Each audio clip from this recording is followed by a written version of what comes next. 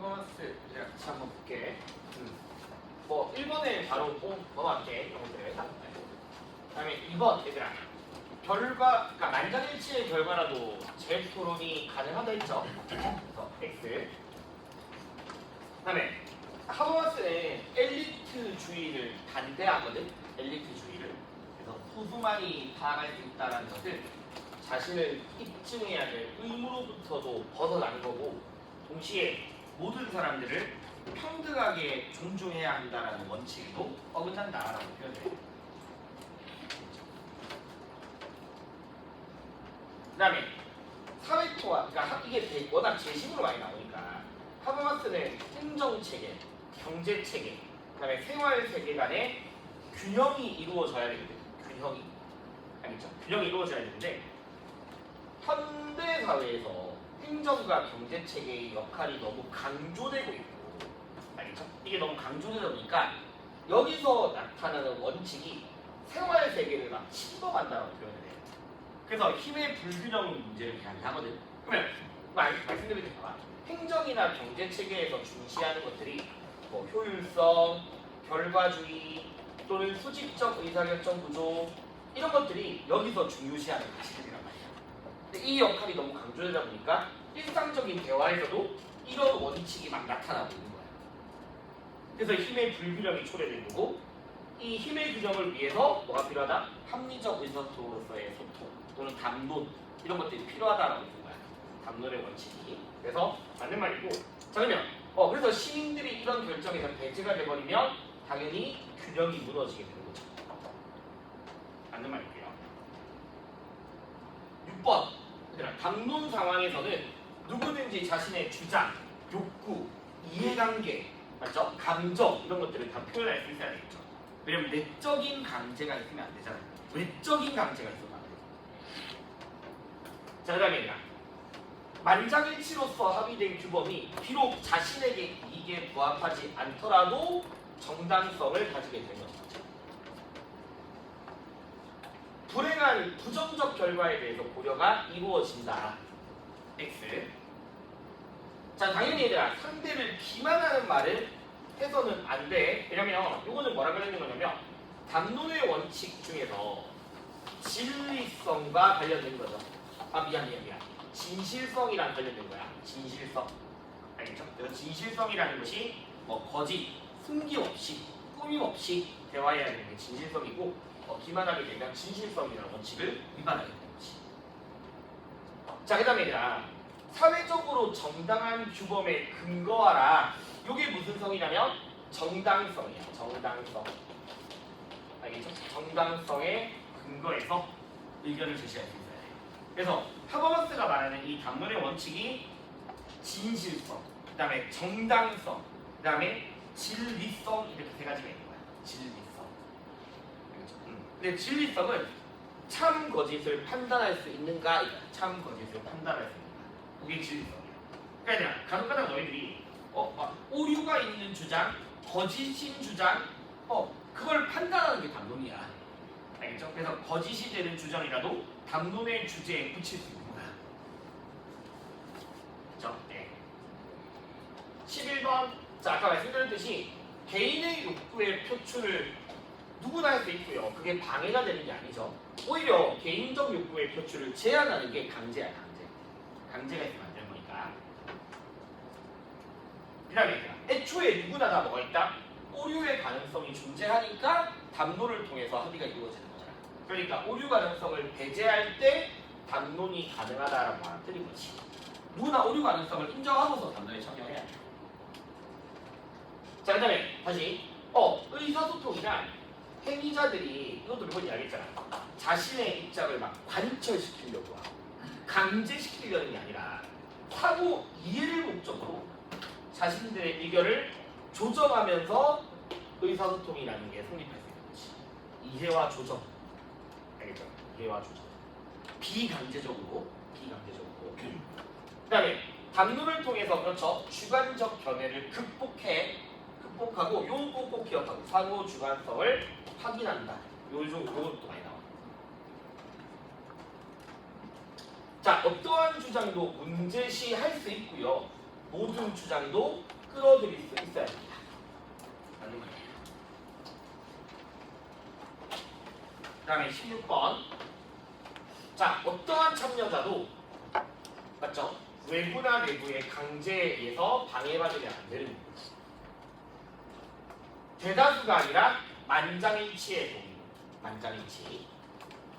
그러니까 반드시 언어 능력과 행위 능력을 가진 모든 주체가 담론에 참여할 수 있죠. 그렇죠? 언어 능력과 행위 능력을 갖춘. 자, 그 다음에 얘들아, 이거는 제시어 표현인데 담론에서는 외적인 우연적 요소라는 것을 있으면 안 돼. 이런 것들이 개입되면 안 돼요. 우연적 요소가 개입되면 안 돼요. 그렇죠? 이게 개입되면 안 되는 거야. 우연적 요소들이.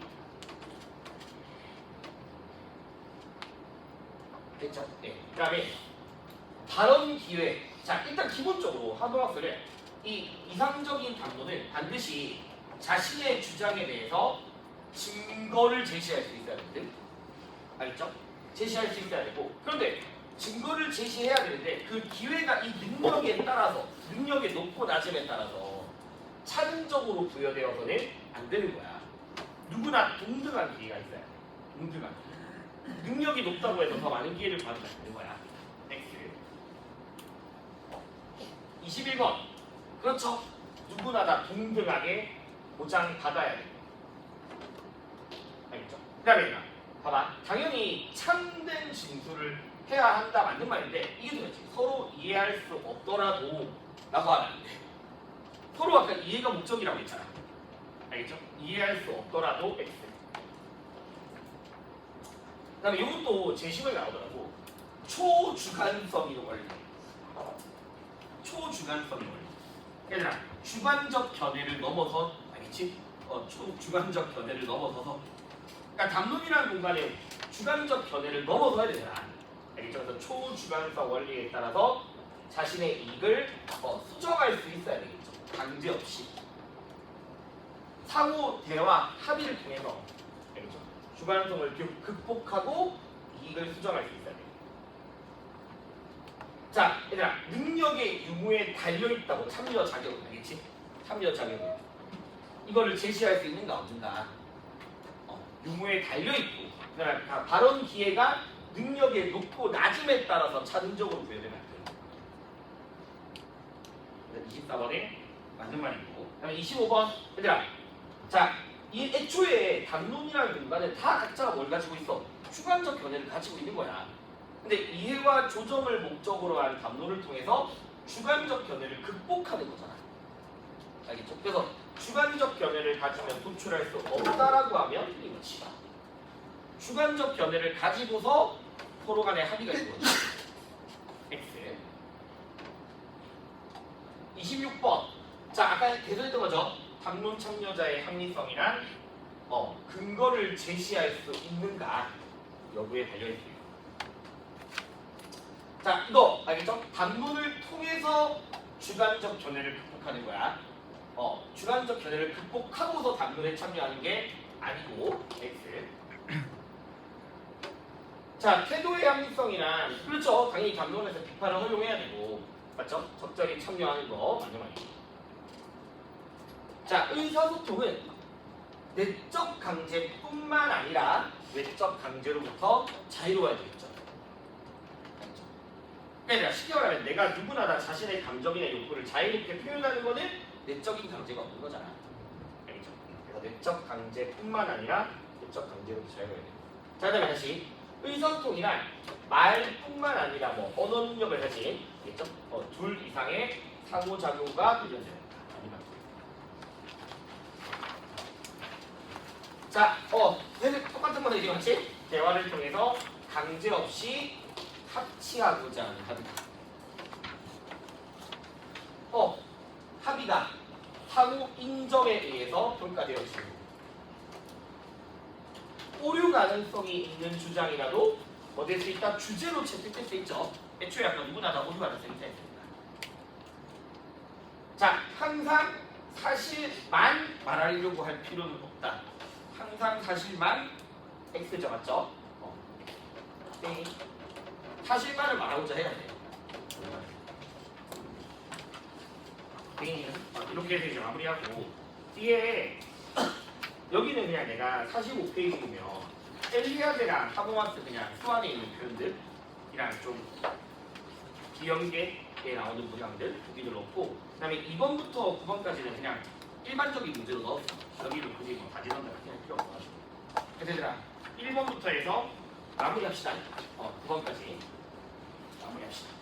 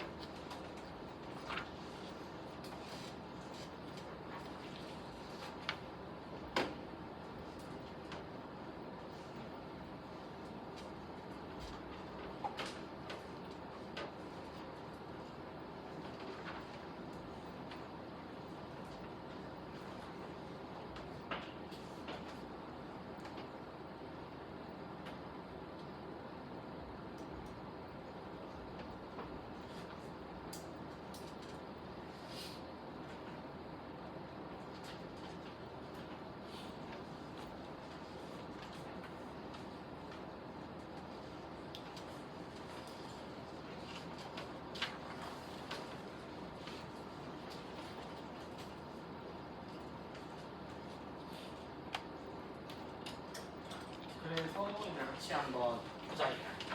1번에 일리하게 그렇죠. 자연적 사물과 아까 왜 나왔거든. 전혀 다르게 알겠죠? 다른 실제로서 자신을 드러내죠. 다르다. 알겠죠? 혼과 속에 다른 걸 인정한다고 알겠지? 성스러움이라는 것이 세속적인 것과 일치할 때만이라는 거 필요 없고. 왜냐면 애초에 성스러움, 예를 들어 신이라는 것이 이 세계를 자기가 만들어냈고 신은 이 세계를 초월하는 존재거든. 알겠죠? 그래서 그 두 개가 일치할 때만 인식할 수 있는 건 아니야. 일치하지 않더라도 인간의 종교적 체험 또는 간접적인 체험을 통해서 인식할 수 있다는 거야.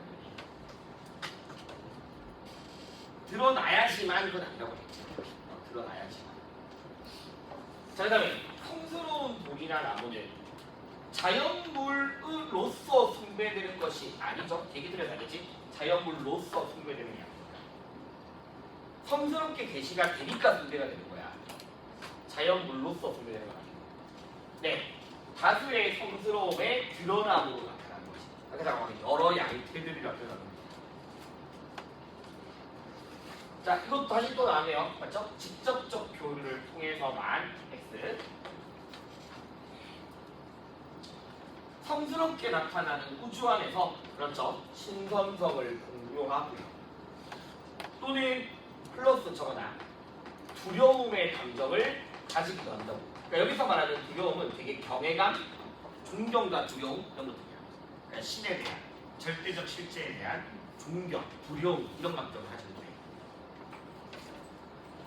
자, 비종교적 인간이라도 아까 말씀드렸듯이 무관하게 살아가지 자기들이 인식하지 않는 거지.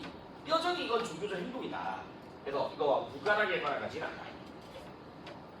자, 그 다음에 종교적 인간에게는 그렇죠. 자연은 신선성을 드러내잖아. 맞죠? 자연, 아까 가시적이라 말했었잖아. 자연물을 통해서 드러난다고. 자연물은 신선함을 드러내게 하는 거니까. 그래서 보여줄 능력을 가지고 있다. 자, 그 다음에 성스러움 그 자체 세속을 초월한 게 아니라 성가속이 좋아하니까 알겠죠? 세속을 초월해서 존재하지 않는다.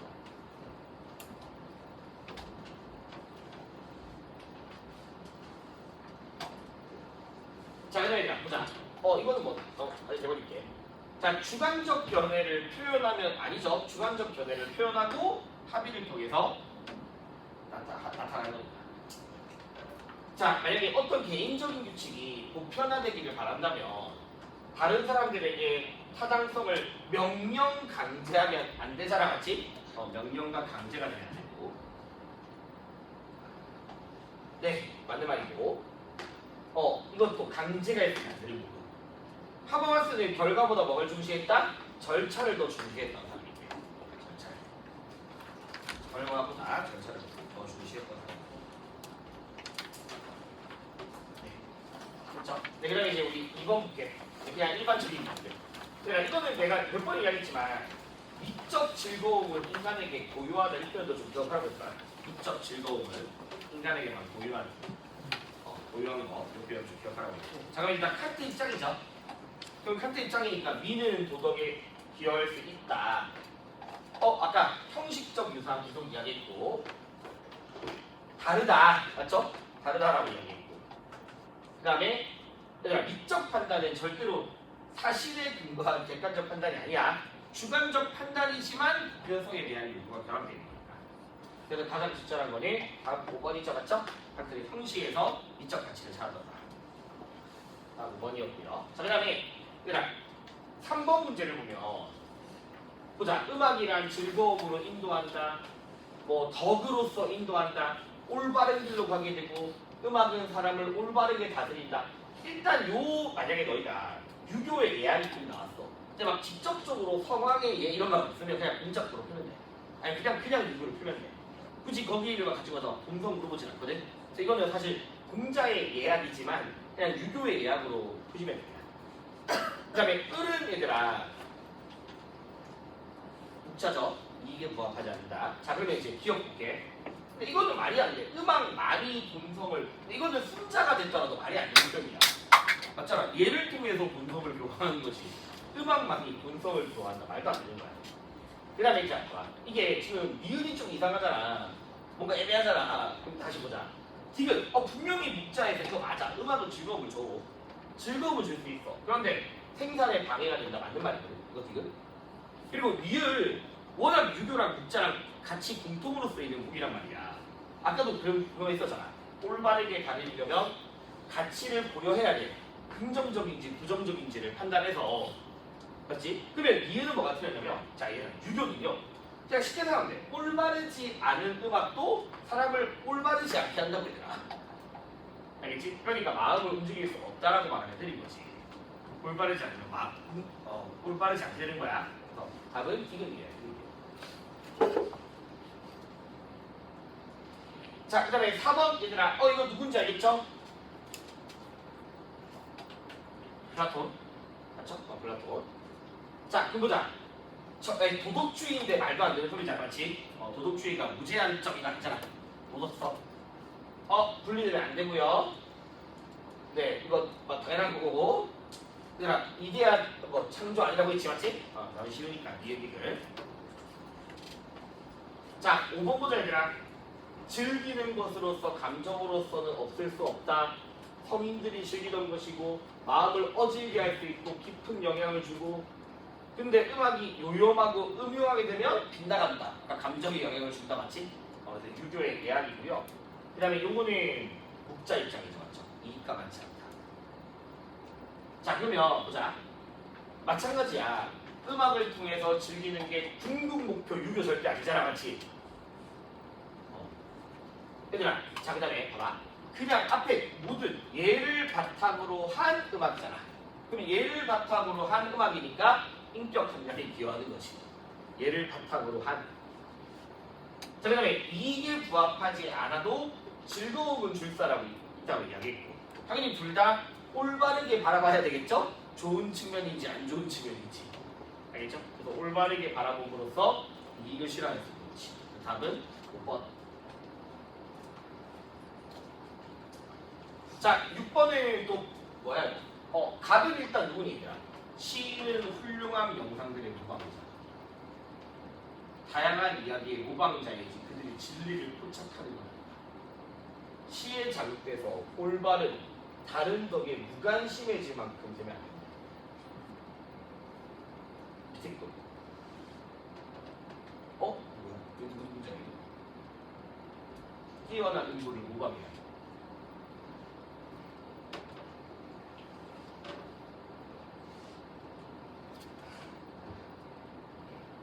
일단 이 사람 플라톤이거든? 알겠죠? 일단 여기는 플라톤이 알겠죠? 훌륭함의 영상의 무방자다.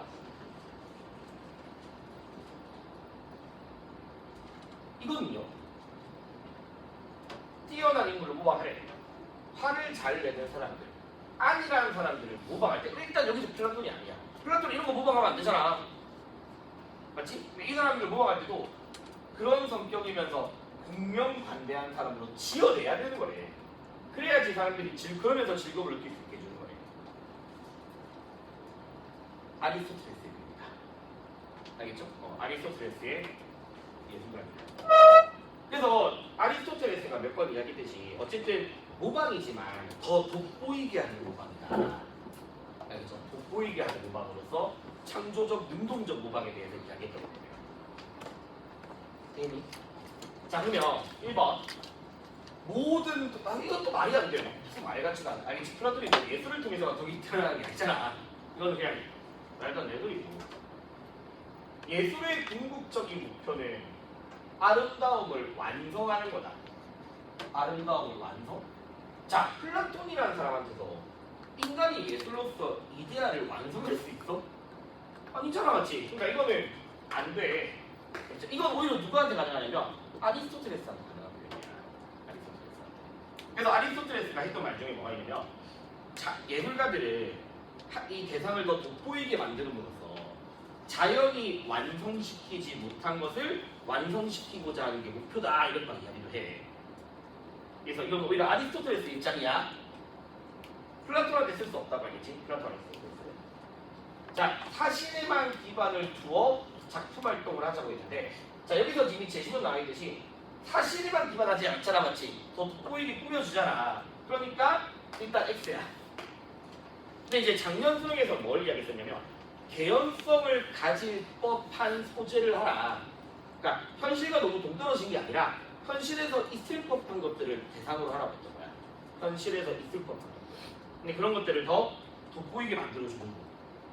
알겠죠? 그래서 사람들한테 즐거움을 느끼도록 해주는 거. 훌륭함을 권장해주는 거. 훌륭함. 자, 그래서 훌륭한 인물을 모방하는 모든 예술이 비도덕적인 게 아니잖아, 맞지? 비도덕적이지 않아요.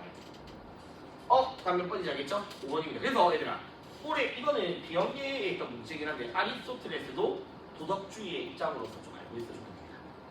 도덕주의 입장. 근데 이제 결정적으로 플라톤과 아리스토텔레스의 차이가 있어. 그러니까 이 2번이 되게 결정적인 거야. 그러니까 플라톤은 아름다움을 모방하는 거야. 인간이 예술을 통해서 아름다움을 완성할 수가 없어요. 알겠죠? 그리고 조금 더 깊게 들어가면 플라톤은 이상주의거든. 그러면 이데아계에 있는 이데아를 모방하는 거야. 원형, 이데아계에 존재하는. 근데 내가 아까 아리스토텔레스는 개연성 있는 소재라고 이야기했었잖아. 현실에서 있을 법한 것들. 아리스토텔레스는 이상주의자가 아니야. 이데아라는 개념 자체가 없어, 이 사람한테. 그러니까 현실에 있을 법한 것들을 소재로 하되 더 아름답게 만들어주는 거야. 플라톤은 이미 아름다움의 원형을 모방하는 거야. 이 둘의 차이 아니니, 얘들아? 알겠지? 플라톤은 아름다움의 원형 자체를 모방하는 거야. 아리스토텔레스는 현실에 있을 법한 것들을 더 아름답게 완성시켜주는 거야. 현실에 있는 소재들. 그러니까 그 두 개가 좀 많이 차이가 있어. 근데 어쨌든 둘 다 5번 도덕적 가치는 담아야 되고요. 혹시나 나오면 그렇게 맥락을 이해하라. 알겠죠? 다음 5번이야, 5번. 자, 다시 엘리아드. 적절하지 않은 거. 3번. 알겠지? 그냥 안 되겠죠? 3번. 그러니까 1번도 맞잖아. 내가 감각해서 존재하는 게 아니야. 이미 감각하지 않더라도 존재하는 거야. 성스러움이 자신을 드러내고 있으니까. 8번은 사실 내가 그냥 왜 넣었냐면 너도 비연기에 있던 건데 일단 글 보고 충분히 할 수 있거든? 글 보고 충분히 말할 수 있고 할 수 있고 적절한 거니까 누가 봐도 3번 안 되잖아, 맞지? 그리고 기본적으로 얘들아 비판적 합리주의고 비판의 귀를 기울이라고 했으니까 인간의 이성을 절대적으로 신뢰하는 것도 아니겠지. 기본적으로 토론 강조하는 사람들이 이성의 한계를 인정해. 알겠죠? 절대적 신뢰가 아니고. 그럼 다음 몇 번이니? 4번이죠, 맞죠? 근데 이게 누구냐? 좀 기억나니? 호퍼야. 그 너희 평가원에서 나왔던 거 있잖아. 호퍼. 인간의 이성은 한계가 있으니까 관용이 필요하고 나의 주장에 대해서 비판을 받아들일 수 있는 개방적 태도가 필요하고, 알겠죠? 그 비판적 합리주의의 포퍼라는 사람의 글이 있거든. 그 포퍼의 글인데 그냥 굳이 포퍼 몰라도 돼. 몰라도 돼. 일단 답은 쉬우니까. 그다음에 9번 얘들아 하버마스. 저기 금지하면 안 되고 제기할 수 있고 뭐야? 일부만 발언하면 안 되고 모두의 동의. 다 맞장이시니까 다 4번이고 이의제기 기회 부여해야 되고. 알겠죠? 답은 4번입니다. 플라톤이랑 아리스토텔레스 어떤 차이점이 있는지 알겠니? 어떤 차이점이 있겠죠? 자, 그 다음에 얘들아 50페이지 봐봐. 일단 갈등 이제 어렵지 않은데 이거 그냥 착각하자. 생명체 꼭 인간으로만 단정하지 않는다. 분명히 알겠죠? 인간으로만 단정하지 않아. 그리고 당연히 폭력은 피할 수 있는 거잖아. 맞죠? 피할 수 있는 거. 그 다음에 나머지 내용 다 알죠? 문화적 폭력이 있기는 맞죠? 은폐한다, 합법화시킨다 이런 거. 자, 그럼 주중원자. 그럼 봐봐. 다시 또 볼게. 얘들아, 갈등에 따르면 문화적 폭력을 합법화, 은폐시킨다고 했잖아. 맞지? 그럼 문화적 폭력을 부조적 폭력에 대응하지 않게 할 수 있니? 자, 다시 문화적 폭력을 통해서 사람들은 흑인에 대한 처벌이 정당하다고 받아들이잖아. 인식하게 들어가잖아. 그러니까 주초자 부조적 폭력에 뭐하지 않도록 대응하지 않게 하기도 한다고. 흑인들만 비판한, 흑인들 되게 안 좋게 표현하는 예술들이 흑인들에 대한 테러를 하기도 하고, 알겠죠? 흑인들에 대한 정치적 차별에 대해서 그냥 받아들이게 대응하지 않게 만들 수 있는 것이. 그렇죠? 그리고 이러한 폭력들을 다 알고 있죠. 간접적 폭력. 그러니까 직접적 폭력은 의도가 있는 폭력이지만 간접적 폭력은 의도적일 수도 있고 비의도적일 수도 있고. 그렇죠? 갈등의 입장이고. 놀스 시간은 조금 이따가 할게. 놀스 시간은 이따가 하고. 자, 일단 51페이지에 현실주의 칸트 갈등. 우리 진짜 요거부터 끊고 하자. 요거부터 하고. 현실주의 칸트 갈등. 그러자 칸트 필요한 게 아니라 좀 알고 있어. 작년에 영국평화론 예비조항에서 너무 의외의 보기가 나왔었잖아. 기억나죠? 전쟁을 위한 목적에서 국채 발행은 안 되는데 경제성장 위한 국채 발행은 허용될 수 있다. 그래서 혹시나 해서 그냥 말하는 건데 칸트 입장에서 원래 예비조항에 타국에 대해서 당연히 원칙적으로야 타국에 대해서 타국의 체제에 대해서 무력으로 폭력적으로 간섭해서는 안 된다. 이거 있죠 예비조항에 맞죠? 타국의 체제에 대해서 무력으로서 간섭하는 거 허용될 수 없다. 근데 안 나올 것 같긴 한데. 근데 혹시나 해서 예비조항에 어떤 예외가 있냐면 무력으로서 개입할 수 있는 경우가 있어. 칸트가. 내가 그 연구 평화론의 내용에 나와. 그래서 어떤 경우를 이야기하냐면 막 한 나라 안에 통치자가 막 2명씩 있는 경우. 그러니까 좀 이제 체제가 좀 무너져서 완전히 막 무정부 상태가 되는 상태. 그런 상태라면 좀 무력적인 개입이 체제에 대해서 개입이 돼. 그래서 그냥 혹시나 해서 말해도 된다겠지. 예를 들어서 무법국가, 무정부 상태와 같은 이런 나라에 대해서는 좀 무력적으로 개입이 허용될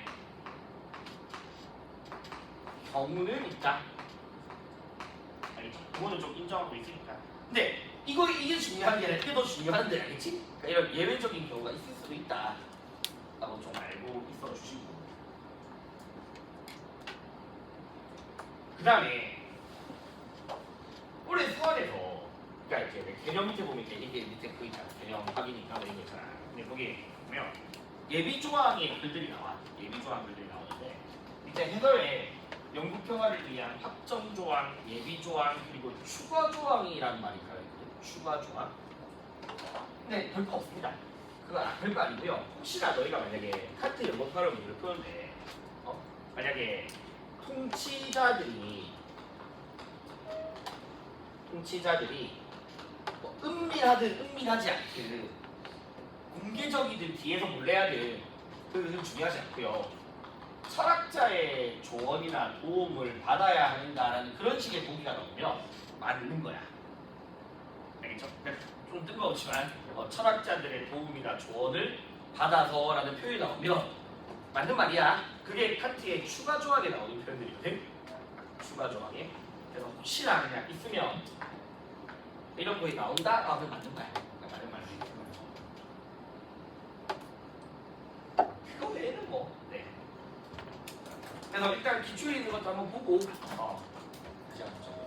그래서 51페이지에 1번부터 해보자. 그리고 너희 생각보다 칸트랑 현실주의가 그러니까 쓸게 칸트랑 현실주의가 완전 다르지만 너무 완전 다르지만 그래도 좀 공통으로 쓸만한 표현들이 몇 개 있는 건 알아야 돼. 그러니까 어쨌든 칸트도 얘들아 세계 정부, 세계 공화국을 통한 평화는 바람직하지 않지. 맞죠? 근데 이거 사실 엄밀히 말하면 칸트 입장에서 뭐라고 이야기하냐면 세계 정부나 세계 공화국을 통한 평화는 실현이 불가능하다고 보는 사람이거든. 실현이 불가능해. 알겠죠? 그래서 만약에 어쨌든 둘 다 세계 정부를 통한 평화는 실현 불가능하다, 실현 불가능한 이상이다. 실제로 그게 나와. 칸트가 이상적이라고 하는 거예요.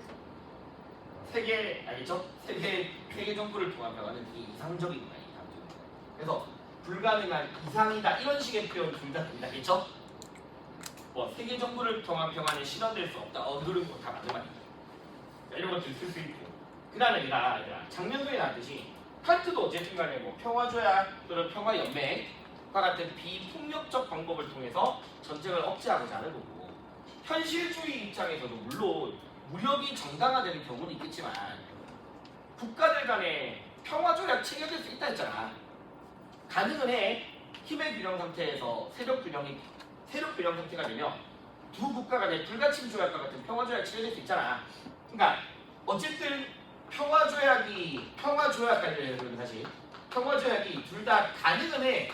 근데 칸트 입장에서도 평화조약이 당장에 하나의 전쟁만 종식할 수 있지 모든 전쟁 상태를 종식할 수 없잖아.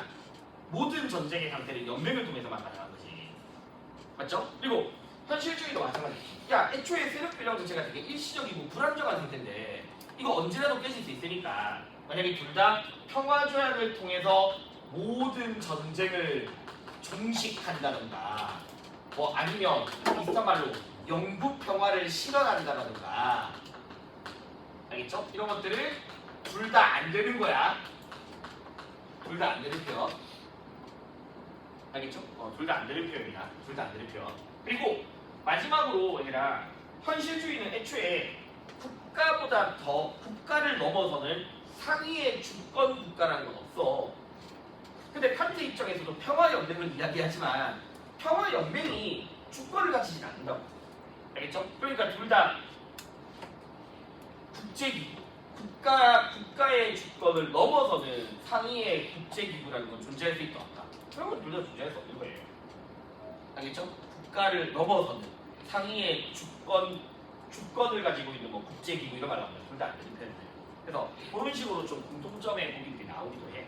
그리고 어쨌든 작년 소개에서는 둘 다 비폭력적 방법을 통해서 전쟁을 억제할 수 있는가라고 하면 둘 다 맞는 말이에요. 알겠죠? 평화조약이 가능한 거니까 전쟁을 억제할 수 있잖아. 되겠죠? 그래서 이 정도 좀 알고 있으면 되고. 자, 그러면 일단 1번부터 해서 한번 하자. 현실주의랑 칸트 가지고.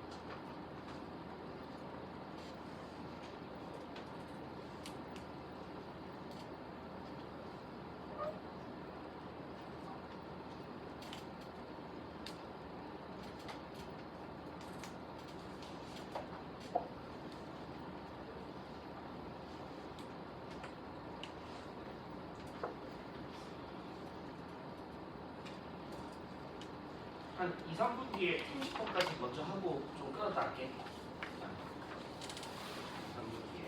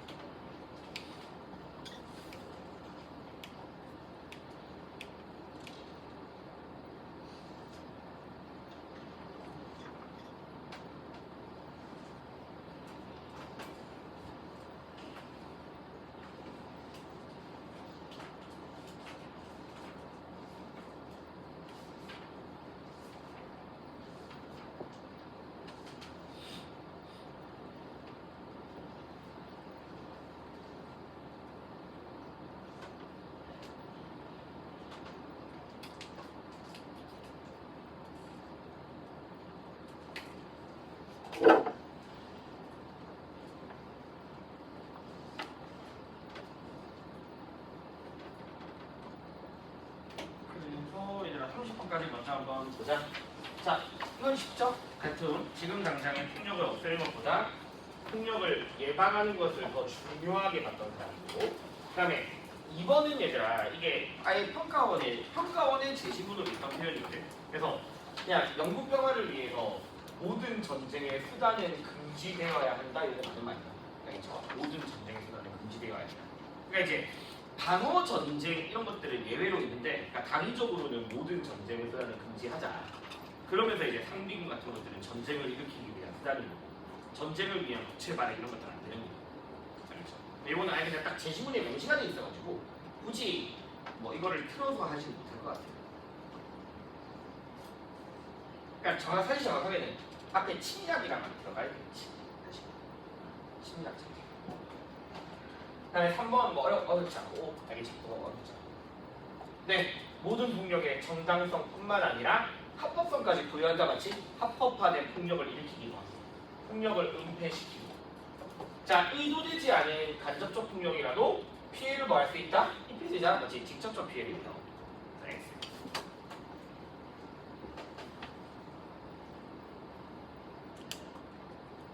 그다음에 6번.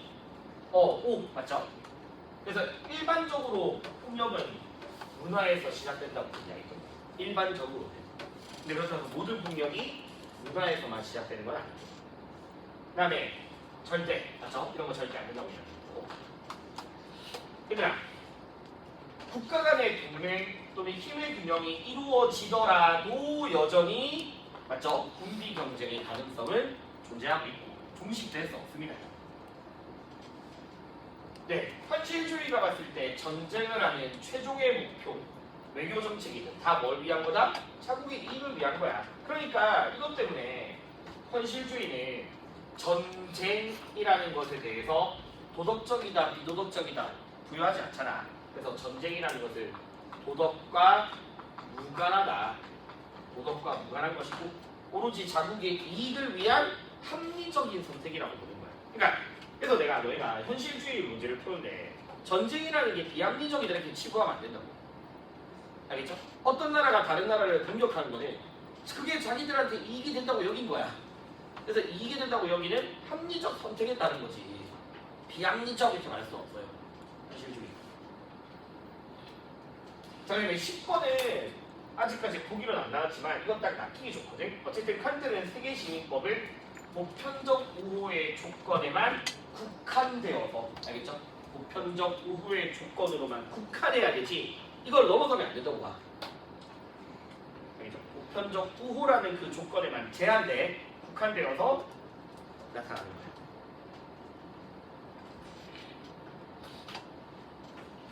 그다음에 11번. 얘들아 이건 쉽죠? 상비군을 폐지하고 국제연맹의 법질서를 따른다고.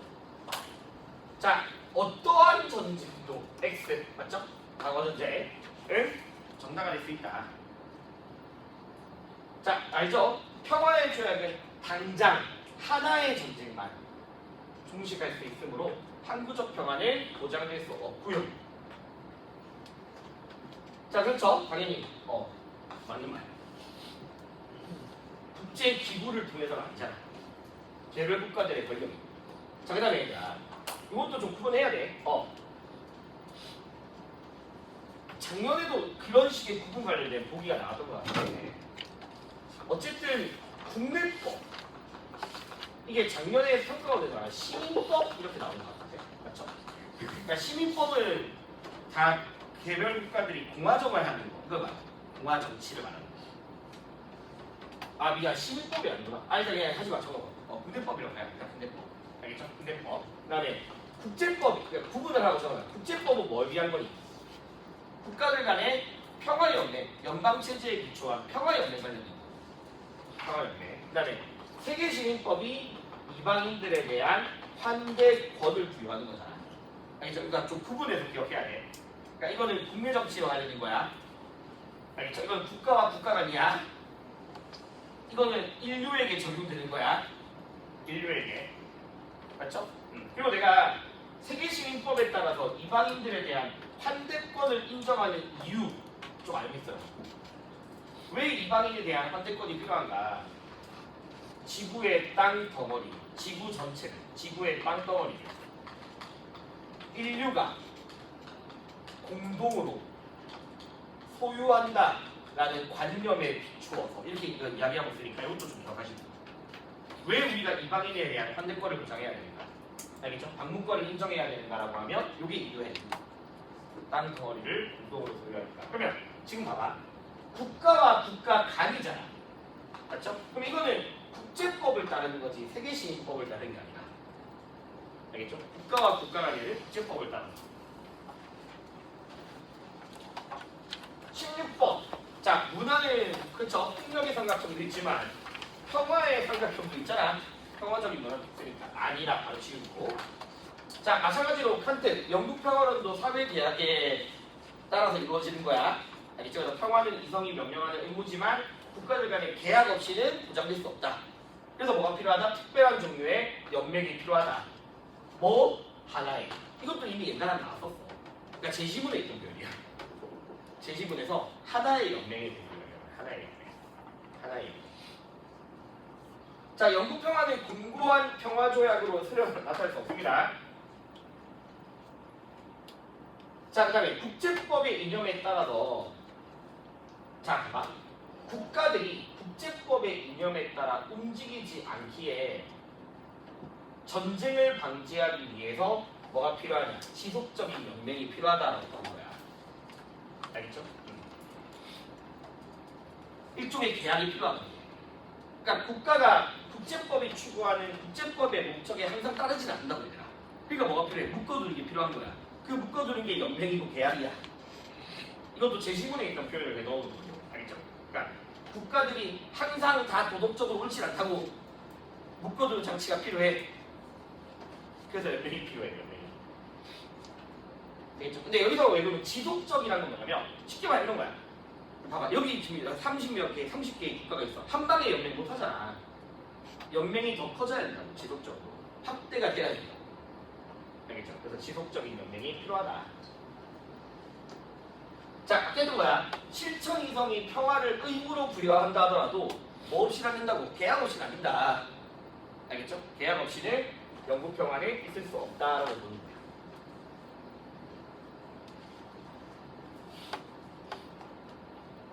얘들아, 이것도 제10문 X 알겠지? 이제 이게 올해 나온 거잖아. 올해 다수의 연맹이 아니라. 네, 또 제10문에 나온 것들이 구조와 문화적 통역 항상 아까 아니었지? 항상 아니었고. 그래서 24번도 제15 표현인데 이건 평가원 제시문이에요. 그래서 좀 너희가 알고 이거 몇 번 이야기했는데 평화연맹이 어쨌든 평화연맹의 목적은 모든 전쟁의 중심, 그리고 소속 국가들의 자유와 주권을 보호하고 지속시키는 데에만 관여. 알겠죠? 이거에 대해서만 관여할 수 있다. 당연히 평화연맹이 소속 국가들의 자유나 주권을 침해할 수 없거든. 근데 그거를 보호하기 위해서는 뭐 할 수 있다? 관여할 수 있다고. 그러니까 평화연맹이 개별 국가에 대한 관여가 정당화될 수 있는 경우가 딱 이런 식으로 나오겠고 좋은 법이야. 평화연맹이. 그러니까 어떤 관여? 제한적 관여, 무제한적 관여? 당연히 제한적 관여겠지. 그래서 제한적 관여로서 인정될 수 있다. 맞는 말입니다. 네. 평화조약을 아까 말씀드렸듯이 당장에 맞죠? 하나의 전쟁을 종식할 수 있습니다. 평화조약이 하나의 당장에. 자, 그래서 26번 X 27번. 네, 이거 당연하지 뭐. 이것도 맞고 이것도 맞고. 그러니까 당연히 외교는 뭐에 기초? 아니야, 맞지? 도덕에 기초하지 않아. 오로지. 지금 내가 지금 누가 충돌했다. 이거 느끼는 거지, 맞지? 하나의 전쟁을 부딪힐 수 있고.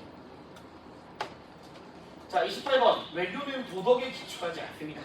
일단 이게 필요해. 외교는. 맞죠? 그래서 현실주의가 국가와 국가 간의 보편적 합의라는 건 불가능하잖아. 보편적이고 도덕적 합의는 불가능하죠. 자, 다음 국제법의 지배란 비효율적 허구에 지나지 않아. 이거 맞다고. 일단 이거 맞는 말이야, 그렇지? 국제법을 통한 지배는 비효율적 허구다. 근데 이제 내가 이것도 몇 번 내가 계속 모여서 이야기했던 건데 비효율적 허구거든? 근데 앞에 어떤 문장이 풀어붙나 했더니 국제법을 통한 지배는 세력 균형 하에서나 가능한 이렇게 나와. 세력 균형 하에서나 가능한. 그래서 이거 내가 맨날 A랑 B 힘 같아지 막 했더니 알잖아. 평화조약, 국제법, 알겠죠? 일시적으로 나타날 수 있다고. 근데 어차피 그거 깨질 거니까 국제법을 통한 지배는 비효율적 허구다라고 이야기를 하는 거고. 근데 가능한 경우는 있다고, 알겠지? 일시적인 그 세력 균형 하에서. 네, 앞에 틀린 건데요. 네, 당연하고 스트레이트 이야기. 연맹 체제의 단계에서 개별 국가들의 주권이 하나로 합쳐질 수 있는 협의. 맞죠? 맞죠? 되겠죠? 지금 20분이니까 조금만 끄었다가 이어서 마무리하시죠.